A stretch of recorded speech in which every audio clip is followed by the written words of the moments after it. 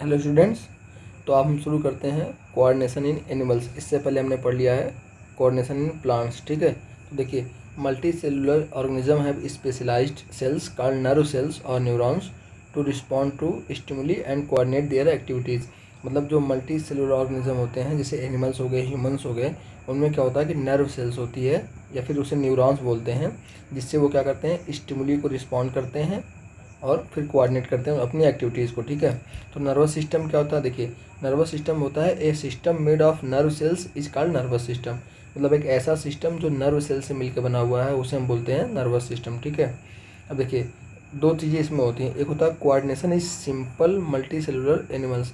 मतलब multi cellular animal तो हैं, लेकिन वो सिंपल से एनिमल है। ठीक है, तो उनमें हो जाता है आपका नर्वस सिस्टम से उनका कोऑर्डिनेशन हो जाता है। ठीक है, लेकिन कोऑर्डिनेशन इन हायर एनिमल्स जैसे कि ह्यूमंस हो गए, ठीक है, उसमें कैसे होता है, उसमें नर्वस सिस्टम और साथ साथ में हार्मोनल सिस्टम आपका होता है, जिसे हम एंडोक्राइन सिस्टम बोलते हैं।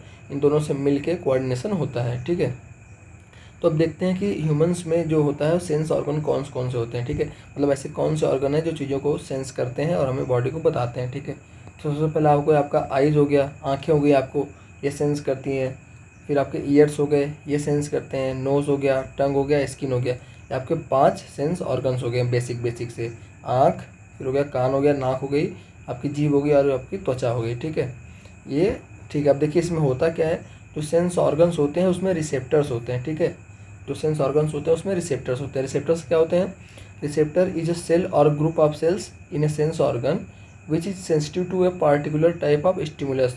मतलब ये किसी पार्टिकुलर टाइप ऑफ स्टिमुलस के लिए सेंसिटिव होते हैं। ये सेल ही होते हैं या फिर ग्रुप ऑफ सेल्स होते हैं जो किसी एक पार्टिकुलर स्टिमुलस के लिए सेंसिटिव होते हैं, इसलिए इनको रिसेप्टर बोलते हैं। ठीक है, देखिए, स्टिमुलस क्या हो सकते हैं आपके, लाइट स्टिमुलस हो सकता है, साउंड स्टिमुलस हो सकता है, स्मेल स्टिमुलस हो सकता है, टेस्ट हो सकता है, हीट हो सकता है, प्रेशर हो सकता है, पेन हो सकता है। ये सब आपके स्टिमुलस होते हैं। तो देखिए, कोई एक ऐसा स्पेसिफिक रिसेप्टर जो किसी एक चीज़ को, जैसे कोई अगर लाइट के लिए लाइट को सेंस कर रहा है तो वो लाइट का रिसेप्टर हो गया। कोई अगर साउंड को सेंस कर पा रहा है तो वो साउंड का रिसेप्टर हो गया। कोई अगर स्मेल को सेंस कर पा रहा है तो वो स्मेल का रिसेप्टर हो गया। तो मतलब रिसेप्टर ऐसे होते हैं कि सेल होते हैं जो कि किसी एक पार्टिकुलर टाइप ऑफ स्टिमुलस के लिए सेंसिटिव होते हैं। ठीक है, देखिए, different sense organs have receptors for detecting different stimulus. मतलब जो अलग अलग हमारे सेंस ऑर्गन होते हैं उनके अलग अलग रिसेप्टर होते हैं जो कि उनके स्टिमुलस को डिटेक्ट करते हैं या फिर उनके स्टिमुलस को सेंसिटाइज करते हैं। ठीक है, जैसे आपकी आंखें हो गई, आइज़ हो गई, इनमें क्या होता है, इनमें लाइट रिसेप्टर्स होते हैं। जब इनमें लाइट रिसेप्टर्स होते हैं तो ये क्या करेंगे, लाइट को सेंस करेंगे, लाइट को बताएंगे कि लाइट है कि नहीं है। ठीक है, तो इनको बोलते हैं फोटो रिसेप्टर्स। ठीक है, फोटो मतलब होता है लाइट, आपका रिसेप्टर्स हो गया, ये हो गए फोटो रिसेप्टर्स।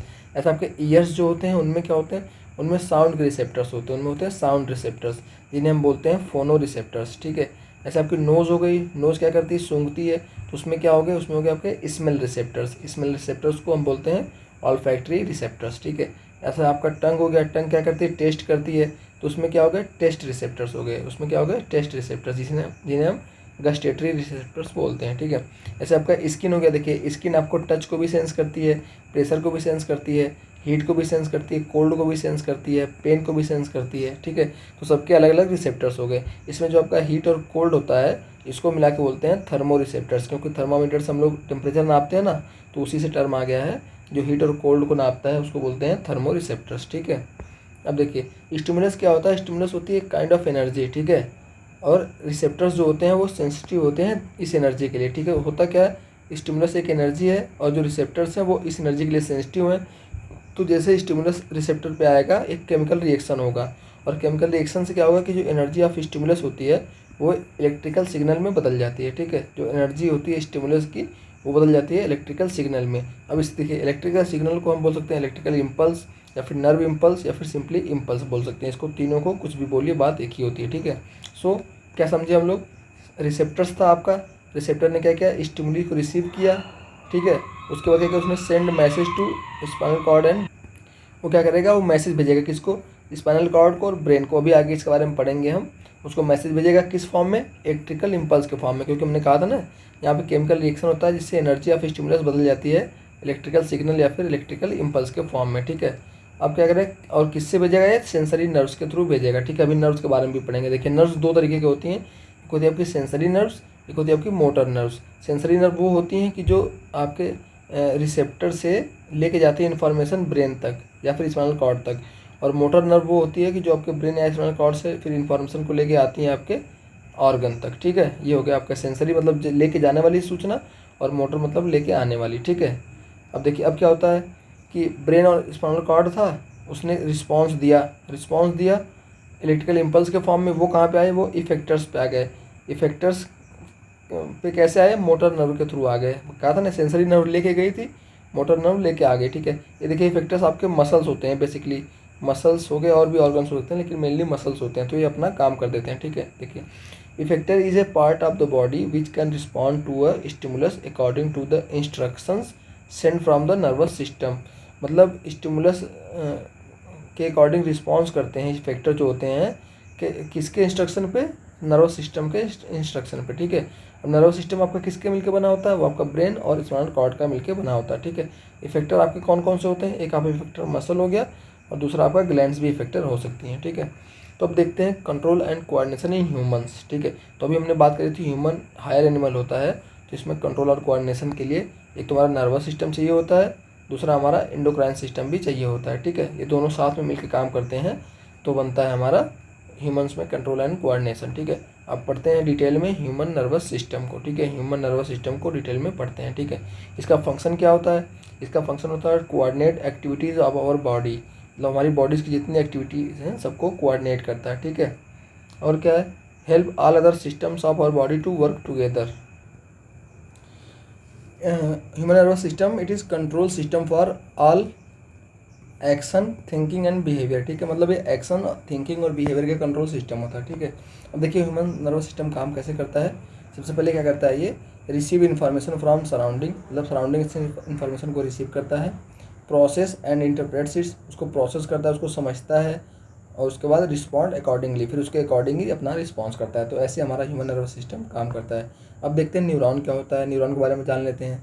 तो देखिए न्यूरॉन क्या होता है कि structural and functional unit of nervous system, मतलब कि ये नर्वस सिस्टम का स्ट्रक्चरल और फंक्शनल यूनिट होता है। मतलब कि नर्वस सिस्टम जो हमारा होता है वो न्यूरॉन से ही बना होता है, ठीक है। Nervous system is made up of specialised cells called neurons. Neurons कुछ नहीं होते हैं, ये भी एक तरीके के सेल ही होते हैं, जैसे बॉडी के और सारे सेल होते हैं वैसे ये भी सेल होते हैं, बस थोड़े स्पेशल सेल होते हैं इसलिए इनको न्यूरॉन बोलते हैं, ठीक है। ये होते हैं हमारे largest cell of the body, मतलब बॉडी में जितने सेल होती हैं उनमें ये सबसे बड़े होते हैं सेल्स, ठीक है। और कैसे दिखते हैं, लुक्स लाइक इलेक्ट्रिक वायर, ये इलेक्ट्रिक वायर के काम आते हैं। अभी देखिए हमने इसमें इलेक्ट्रिकल इम्पल्स भी पढ़ा था, तो इम्पल्स किससे फ्लो करती है, जैसे इलेक्ट्रिक फ्लो करती है वायर से, वैसे इम्पल्स फ्लो करती है इलेक्ट्रिकल वायर से, जो कि हमारे होते हैं न्यूरॉन्स, ठीक है। क्या करते हैं neurons, carry messages in form of electrical signals called electrical impulse या फिर नर्व इम्पल्स, मतलब नर्व इम्पल्स या फिर इलेक्ट्रिकल इम्पल्स के फॉर्म में मैसेज को कैरी करते हैं एक जगह से दूसरी जगह बॉडी में, ठीक है। तो देखिए हमारा एक न्यूरॉन का स्ट्रक्चर हो गया, एक सेल है न्यूरॉन, एक पूरी एक सेल है, ठीक है।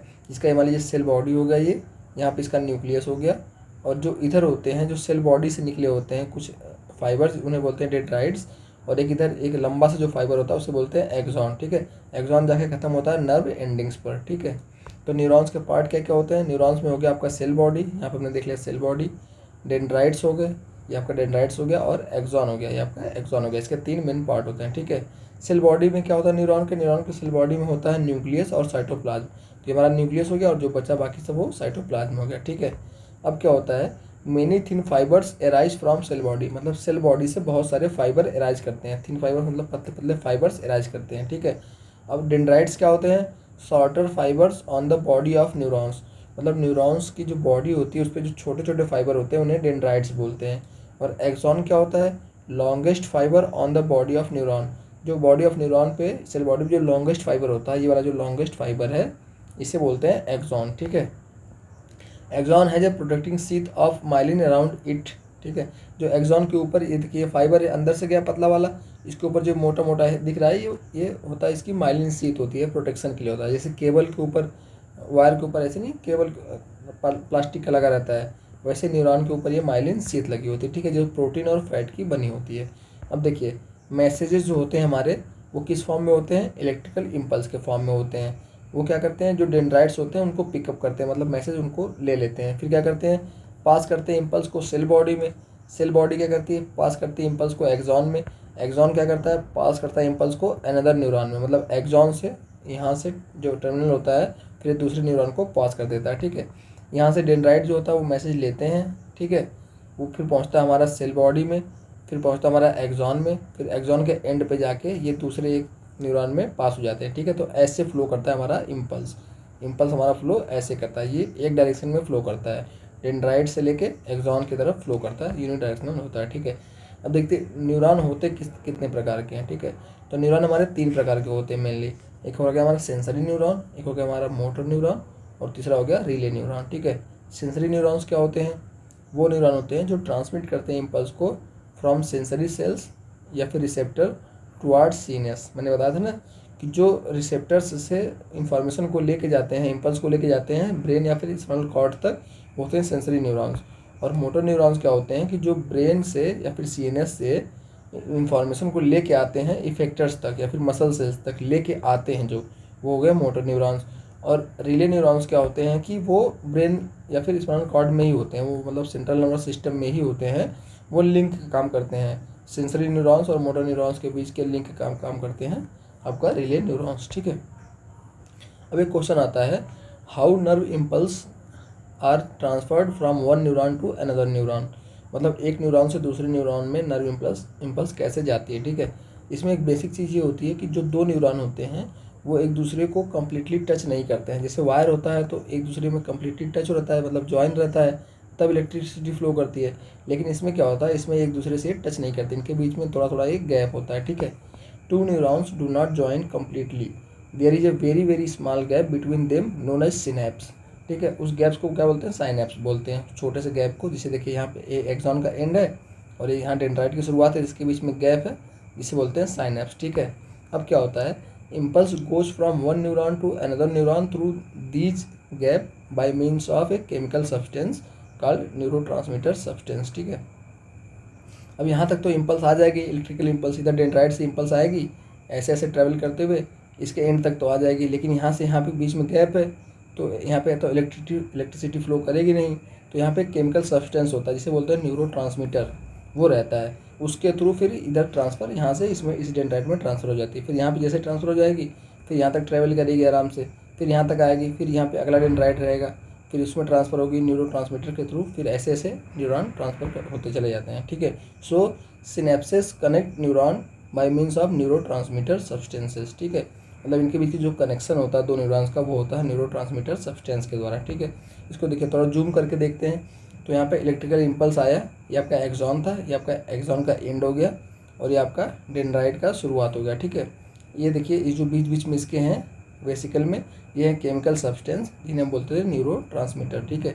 अब क्या होता है, न्यूरोट्रांसमीटर का रिलीज हो जाता है, ठीक है, उसमें से लीक करते हैं, रिलीज हो जाते हैं और इस गैप को भर देते हैं, ठीक है। जैसे इस गैप को भरेंगे तो यहाँ वाली जो इम्पल्स है वो अब इस डेंड्राइट में आ जाएगी, ठीक है। अब यहाँ पे आ गई, फिर यहाँ से ऐसे ऐसे ट्रैवल करेगी, तो ऐसे ही होता है। Synapse ensure that nerve impulse travel in only one direction. अब देखिए डेंड्राइट में सिनेप्स नहीं होते हैं, इसमें न्यूरोट्रांसमीटर नहीं होते हैं, ठीक है। न्यूरोट्रांसमीटर होते हैं सिर्फ एक्सॉन के एंड में, तो जितने भी इम्पल्स होगी वो सिर्फ इधर से इधर ही फ्लो कर पाएगी, इधर से इधर फ्लो नहीं करेगी, क्योंकि इधर इसमें न्यूरोट्रांसमीटर रहेगा ही नहीं, तो यहाँ से इम्पल्स इधर जाएगी नहीं, ठीक है।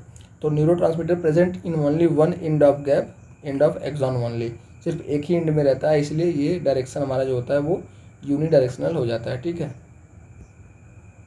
अब इसके बाद पढ़ेंगे हम लोग organs of human nervous system, जो कि हम देखेंगे अगले वीडियो में। तब तक इसको रिवाइज कीजिए। Thank you.